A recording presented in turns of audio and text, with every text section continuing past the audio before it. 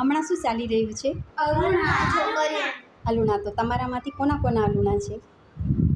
અચ્છા, તો અલુણા વિશે તમે મને કહેશો કે અલુણામાં તમે શું કરો, શું ખવાય, શું નહીં ખવાય? અલુણામાં એવું હોય કે નાના અલુણા આવે ને મોટા અલુણા.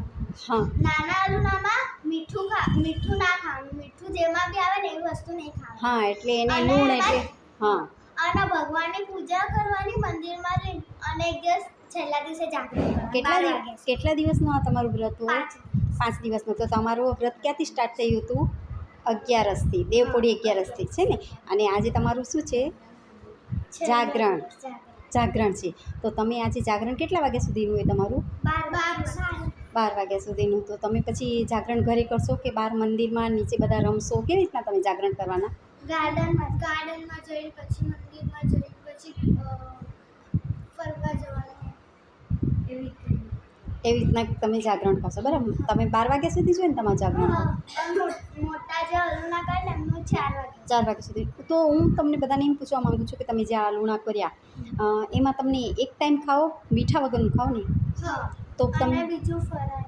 અને એક ટાઈમ ફરાળ કરો ને એક ટાઈમ રોટલી ખાઓ નહીં? તો એ મીઠા વગરની રોટલી તમે એક ટાઈમ ખાઈ શકો છો.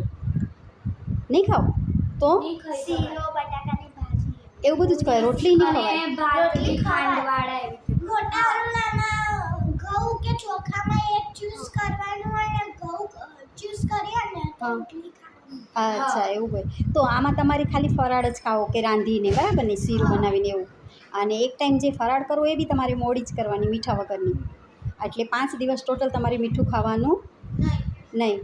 તો પછી તમને એવું લાગે આમ 5 દિવસ તમે મીઠું નથી ખાતા તો તમને એવું લાગે કે નથી? હા, 5 દિવસ તમે મીઠું નહીં ખાવ તો તમને એવું લાગે કે જાણે કંઈ ખાધું નથી એવું લાગે છે? હા, ભૂખ બહુ જ લાગે. હે ને? તો પછી જ્યારે પતી જાય ને એટલે એવું લાગે એટલે પછી ત્યાર પછી તમે સૌથી પહેલાં તમે પછી શું ખાશો? જ્યારે તમારે સમજો આજે અલુણા રાતના આજે પૂરા થઈ જશે તો કાલે પછી તમે સૌથી પહેલાં તમે શું ખાશો? આલુ પરોઠા. અને તું? પનીર. સરસ. તો ચાલો, ટેસ્ટી. હવે બહારનું ખાવું તો પડે ને, પછી પતી જાય તો પછી બહુ જ ભૂખ લાગે. સાચી વાત છે. તો હલો ગાઈસ, તમે બધાએ જોયું કે અમારા ઘરે જે ઢીંગલીઓ આવી છે એમના ચાલે છે મોડાકાત અને આજે એમનો એ લાસ્ટ દિવસ છે.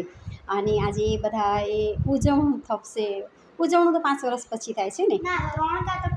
3 કાં 5 વર્ષ પછી. અને આજે આ બધાનું જાગરણ છે. તો બધાને બેસ્ટ ઓફ લક.